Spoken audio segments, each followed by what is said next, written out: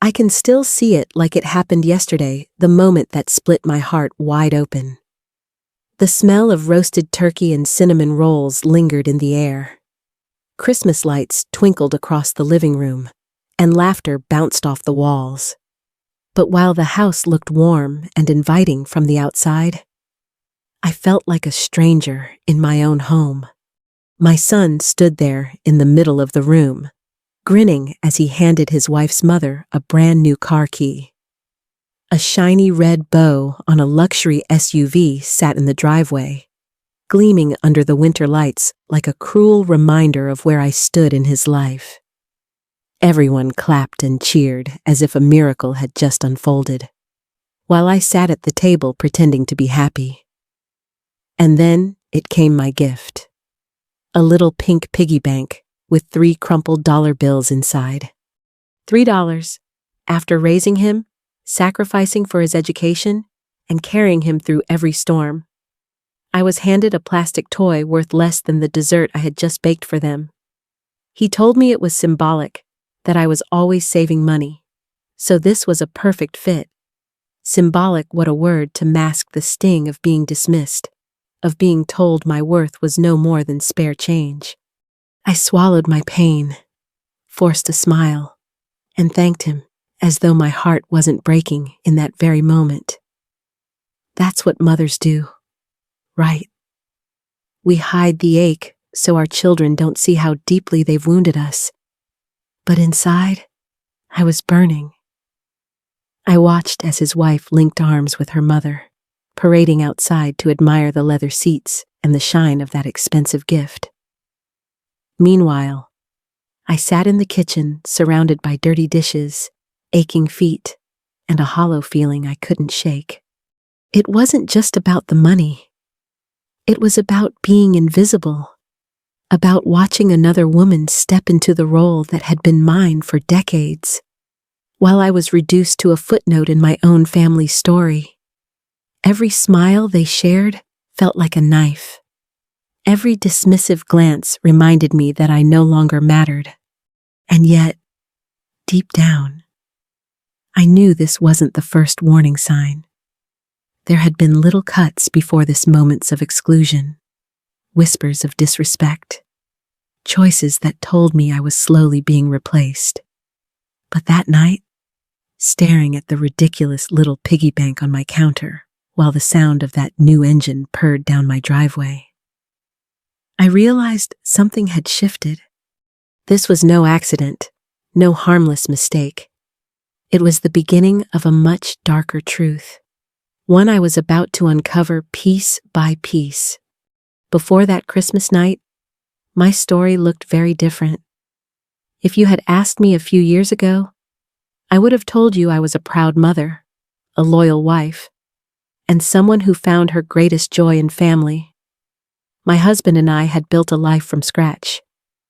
We didn't have much in the beginning, but we poured everything we had into giving our son, Michael, a good start. I worked extra hours, skipped vacations, and pinched pennies so he could go to college without the kind of burdens we carried when we were young. Every sacrifice felt worth it because I believed in him. When my husband passed, the house grew quieter, but I thought at least I still had Michael. He had his own family now, a wife, Amanda, and dreams that stretched further than I ever could have imagined for myself. I told myself this was the natural rhythm of life. Children grow. They marry, and they form new circles. I didn't mind being in the background, as long as I still belonged somewhere in their lives. But that's when the first cracks appeared. They were subtle at first, small comments about how old-fashioned I was, how my cooking wasn't really necessary when they could just order out, how I should think about selling the house since it was too much for me alone. I brushed those moments off as careless words, never wanting to believe my son saw me as a burden. Then there was Amanda.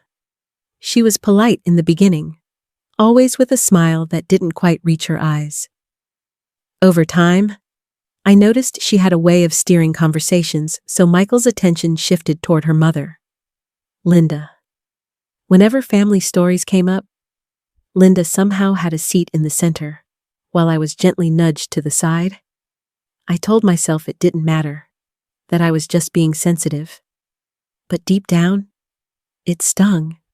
Linda slid into our gatherings with effortless charm, perfect hair, expensive handbags, a laugh that filled the room.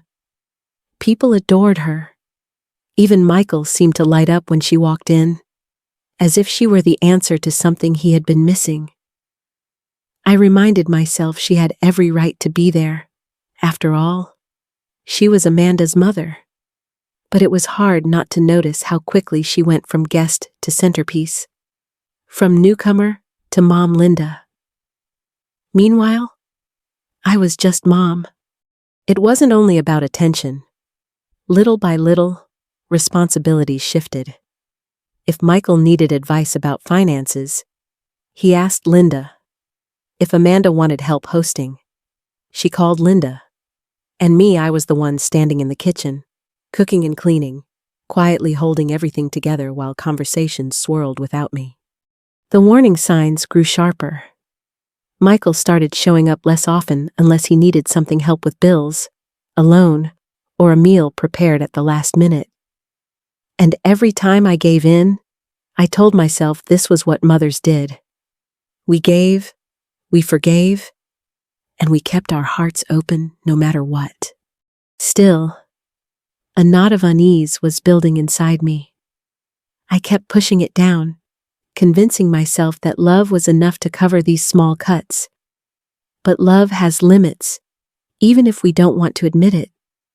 And that Christmas, when a plastic piggy bank was placed in my hands while another woman received a car with a red bow, I realized those small cuts had turned into something deeper. I didn't know it yet, but that night wasn't just a painful memory. It was the doorway into a truth I never expected to face, one that would shatter my trust completely. The night everything truly collapsed started quietly, the kind of evening that should have been ordinary. I was tidying up after another family dinner, stacking dishes in the sink while the murmur of voices drifted from the living room. My back ached, but I told myself it was worth it after all. This was what kept the family together. At least, that's what I wanted to believe. But then, as I bent to collect the last of the cups, something caught my eye on the corner of the counter. A sleek black leather purse, Linda's. She had left it behind in her excitement, probably too busy admiring the shine of her new car. At first, I thought nothing of it. I even considered tucking it away for her. But curiosity lingered, whispering that maybe, just maybe, I should look closer. When I lifted it, the weight startled me. Inside wasn't just the usual clutter of a handbag. My hands shook as I pulled out thick envelopes, neatly folded bank statements, and documents that had no reason to be in her possession. The first page I opened made my blood run cold. It was a property appraisal my property dated just a few months earlier. And there, in neat printed letters, was my son's name, listed as power of attorney. Power of attorney. My knees nearly gave out. I had never signed over anything, never authorized anyone to speak for me, especially not when it came to the home my husband and I built together. My mind raced. If this document was real, it meant someone had forged my signature, someone I trusted with everything. The next envelope revealed even more. Copies of my bank statements, notes about my late husband's pension, and even my social security number scribbled on a page as if I were a project to be dissected. The realization hit me like a storm. Linda had been gathering information about me, about everything I owned. And somehow, Michael was tangled up in it. I can't even describe the cocktail of emotions that surged through me. Rage, betrayal, grief. My own son, the boy I raised, had either been tricked or was willing to let someone steal from me. I stood there in the dim kitchen, the hum of the refrigerator loud in the silence, clutching papers that proved I wasn't just being pushed aside emotionally. I was being erased financially, legally, entirely. For a moment, I felt crushed. My chest tightened as though all the air had been sucked out of the room. I had spent years giving, sacrificing, loving without condition. And this was my reward, to be treated as though I were disposable. My life's work reduced to numbers on a page for someone else's benefit. But then, as the first shock wore off, something unexpected stirred inside me, a clarity I hadn't felt in years. I realized that if I kept pretending, if I kept smiling through the pain, they would succeed in taking everything, and I was not going to let that happen. I tucked the papers back neatly, placing the purse exactly where I had found it. No one could know what I had just seen, not yet. Because for the first time in this whole ordeal, I wasn't just a grieving mother or a forgotten widow. I was a woman with proof, and I had no intention of being their victim. That night, I lay awake, staring at the ceiling, my mind turning faster than it ever had before. I knew the betrayal was undeniable now, but I also knew this wasn't the end of my story. It was the beginning of something else entirely, my fight to take back control. The morning after I discovered those papers, I woke up with a different kind of energy coursing through me. For weeks, maybe months, I had felt like a bystander in my own life, watching things slip away, letting others decide my worth. But now, with the evidence I had glimpsed in Linda's purse, I knew the truth, and knowing changed everything. I decided right then that if they thought I was weak, I would use that to my advantage. I would let them see what they wanted to see: a grieving widow, a mother too tired to notice what was happening around her. Meanwhile, beneath that mask, I would gather every piece of proof I could find. I started small. When Michael and Amanda came by later that week, I smiled, cooked dinner, and asked about their jobs as if nothing had changed. I let them believe I was still in the dark, but the very next morning, I drove to the county clerk's office. My hands trembled as I asked about property records, and there it was, an appraisal order for my house, filed under my son's name, authorized with a power of attorney I had never signed. I studied the copy closely. My name was there, my signature, even a notary seal. But I knew every curl and loop of my handwriting, and this wasn't mine. I walked out of that building with my stomach in knots. Forgery. That was no longer just disrespect, it was a crime. And it wasn't just my son. Linda's influence was stamped all over it. The more I dug, the worse it became. At the bank, I discovered unusual inquiries into my accounts, questions about balances and withdrawals I had never made. Someone had been fishing for details. At the insurance office, I learned that someone had recently requested information about my husband's pension, posing as my representative. Everywhere I turned, Linda's fingerprints were there. She had been studying me like a project, collecting data, building a case to slowly strip me of everything I owned. And Michael, whether blinded by desperation or fully complicit, had opened the door for her. The realization hit me hardest one evening when I sat down at my old oak desk. I pulled out a box where I kept important papers, my marriage license, Tom's death certificate, the deed to the house. Tucked between those documents was something I hadn't noticed before: a photocopy of my Social Security card. Someone had been through my drawers, my files, my private world. I felt exposed, violated, That was the second twist. The moment I understood this betrayal went deeper than I ever imagined. This wasn't just about money or property. It was about control. They were positioning themselves to take over my life entirely, to make me legally powerless. But instead of crumbling, I felt a strange calm settle in. Because now, I had clarity. They thought they were moving me around like a pawn, but I was already learning the rules of their game, and I was planning my own moves. I bought a small notebook and began documenting everything: dates, names, details of every suspicious incident. I saved copies of records, quietly taking photos with my phone. Whenever Linda visited, I acted grateful for her helpful advice, all while noticing the way her eyes scanned my house, her casual questions about my bills and routines. I let her think she was winning. At night, I replayed every conversation, every sidelong glance.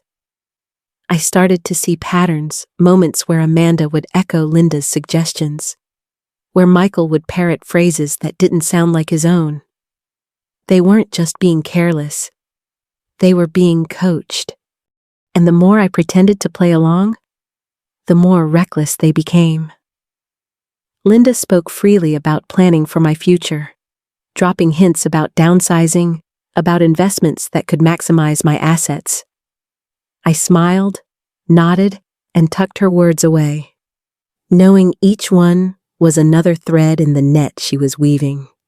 But what she didn't realize was that I had already started cutting through those threads. Quietly, carefully.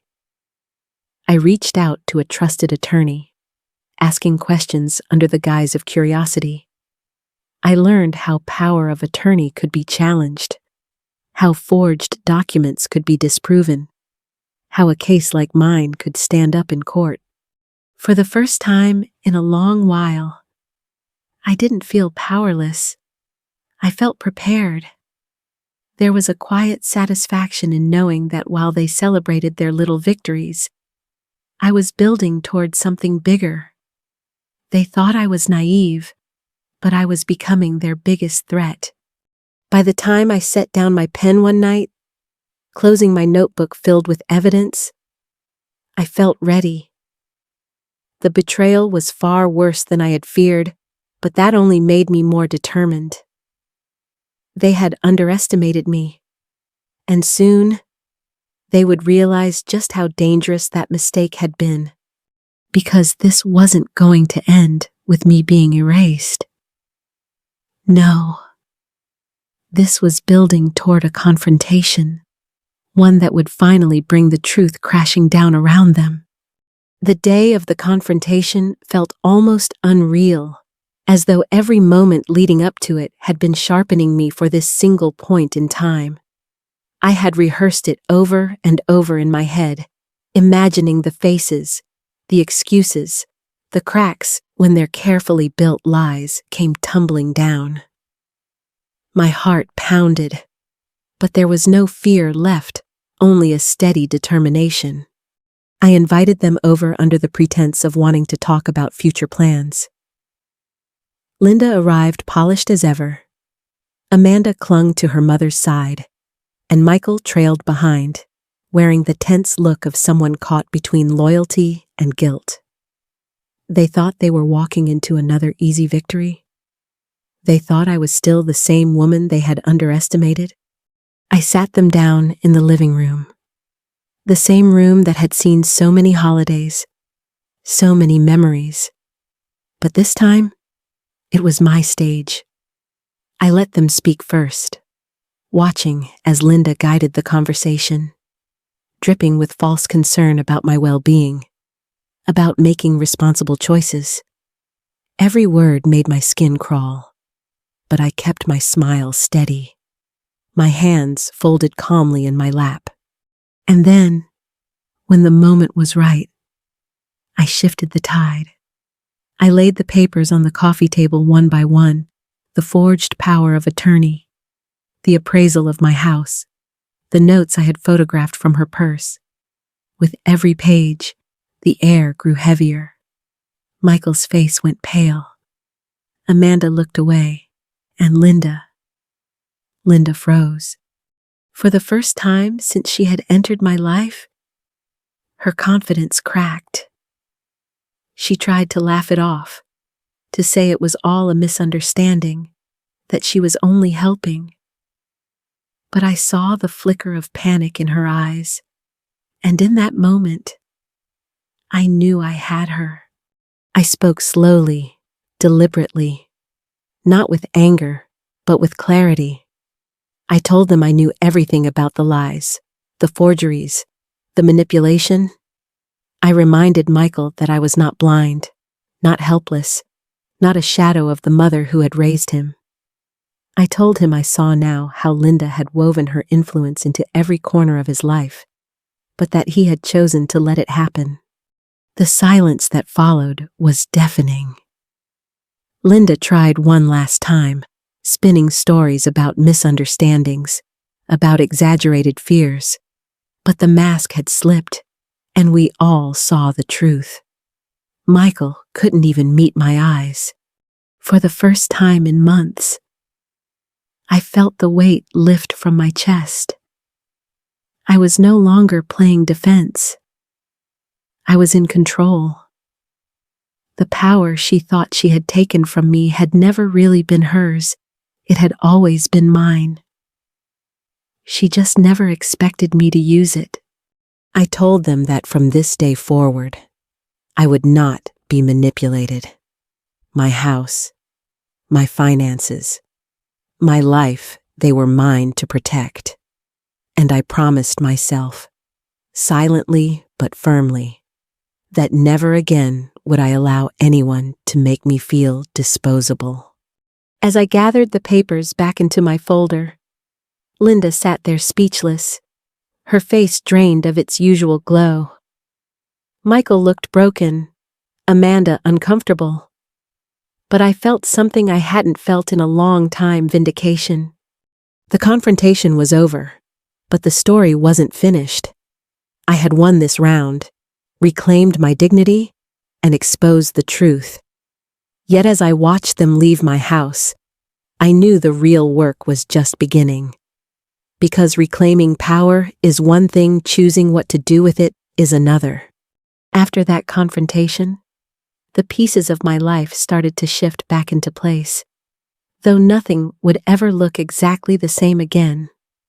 Linda's mask had fallen completely, and the grip she once thought she had on my family vanished overnight. She tried to recover, to spin stories, but her influence dissolved the moment the truth was laid bare.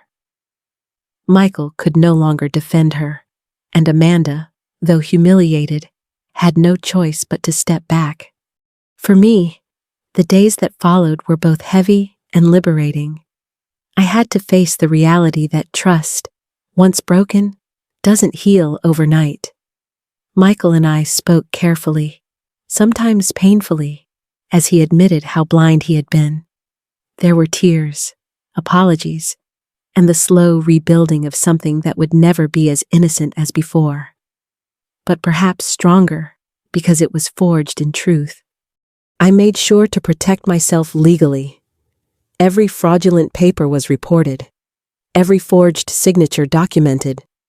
The law had its say, and while justice moved slower than my anger wished, it still came. Watching Linda face consequences wasn't about revenge, it was about closure. It was about knowing that manipulation has limits, and that even the cleverest schemes collapse when faced with resilience and light. In the quiet afterward, I realized something important: my worth had never been tied to what I could provide, or how much I sacrificed. My worth wasn't defined by who recognized it, or who overlooked it.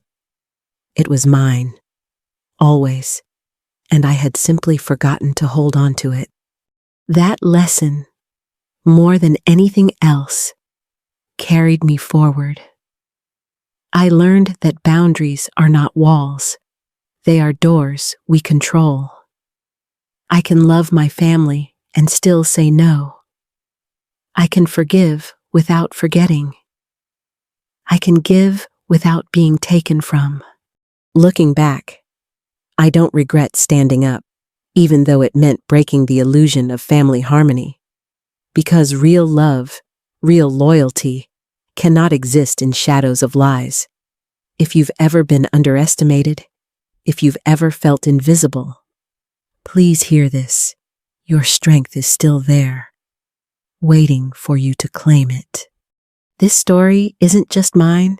It's a reminder that even in betrayal, we can find clarity, and even in loss, we can find renewal. Thank you for listening to my story. If it touched you, I'd love for you to like this video. Share it with someone who might need the encouragement, and tell me your own experiences in the comments. Your story matters too.